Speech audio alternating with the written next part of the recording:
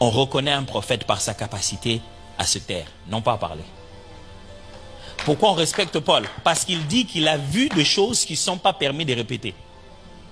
Donc il est là, et il ne l'a pas dit. Il ne l'a pas dit. Il connaît les choses, mais il s'était. Regarde un bel exemple qu'il y a dans la Bible. Comment il s'appelait les gars, le premier roi d'Israël? Saül. Saül s'est perdu à la recherche des ânesses. Bon, il est allé chercher les ânesses de son père qui était perdu. Et puis le jeune homme qui est avec lui dit, allons voir l'homme de Dieu. C'est justement là que vient le texte, ce qu'on appelait voyant, aujourd'hui on l'appelle prophète. Ils vont, ils se rendent compte que Samuel les attendait. Il les attendait tellement. Vous imaginez, il les attendait tellement que sa capacité prophétique a influencé la cuisine. Quelqu'un qui voulait savoir quoi, qu'est-ce qu'on en fait. C'est-à-dire que la capacité prophétique de Samuel l'a fait dire au cuisinier, aujourd'hui, je vais avoir quelqu'un de spécial. Quand tu vas préparer, enlève la partie où il y a l'épaule. Quand cette personne-là viendra, je te dirai qu'il faut manger avec lui ça, cette partie. Parce que c'est symbolique, c'est la partie qu'on donne au roi. Avant à la cuisine. Hein. Et il a invité les gens, ils sont venus pour manger et tout ça là. Quand Saül arrive, il dit viens. Et puis il va dire au cuisinier, la partie que je t'avais dit là, est-ce que tu peux préparer de façon prophétique? Préparer à une mesure où tu n'avais pas prévu un invité, mais Dieu l'a donné rendez-vous de venir manger chez toi. Quand il arrive, tu te rends compte que j'avais préparé suffisamment la dose nécessaire pour lui aussi. Dieu peut-il venir faire manger chez toi pendant que tu fais tes courses? Ok, on laisse ça de côté. Alors Paul, écoutez ce que Samuel lui dit. Il dit, bah écoute, on va manger, je te parlerai de reste après. T'en fais pas t'inquiète plus pour les ânesses, c'est bon. Il mange, il parle.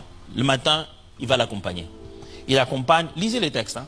Il lui dit, demande à ton serviteur de partir. Beaucoup de gens ont reçu des prophéties publiques. Et à cause du fait que ça a été public, c'est pour ça que ça ne s'est jamais accompli. Et ils se plaignent jusqu'aujourd'hui. Mais on avait dit, oh, ne sous-estimez pas. Toute révélation n'est pas dans les boulémas.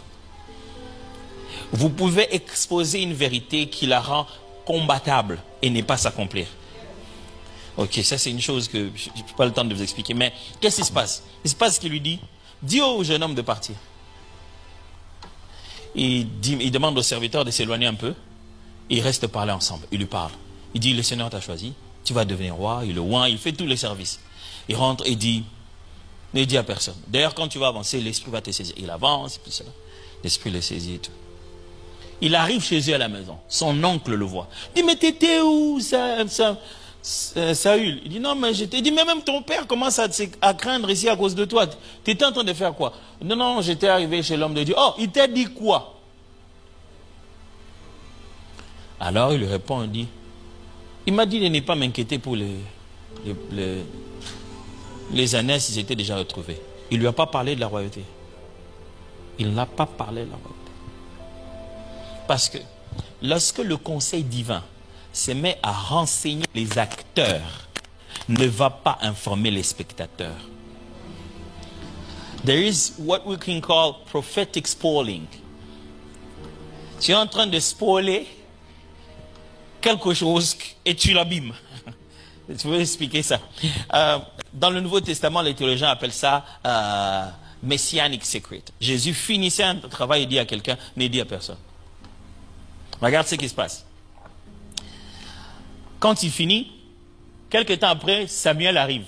C'est le jour où on doit présenter le roi. Les gens attendaient le roi. Tout le peuple se rassemble. Ils ne savent pas qui sera le roi. Alors on appelle chaque tribu. Et l'Éternel choisit la tribu de Dan. Dans la tribu de Dan, l'Éternel choisit la famille de Kish. Dans la famille de Kish, l'Éternel choisit Saül. On les cherche, on ne le voit pas.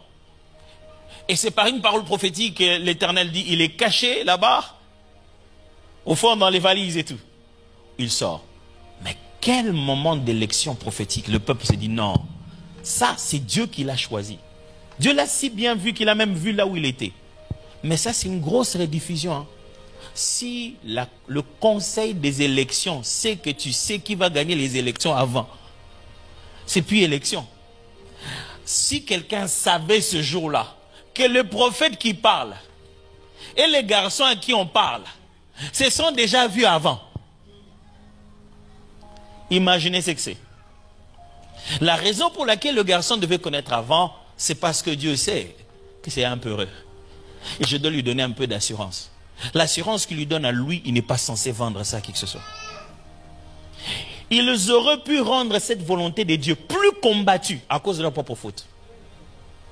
Le peuple aurait pu se lever et dire non, on n'est pas d'accord. Cette affaire, vous avez boutiqué ça là, ces jours-là.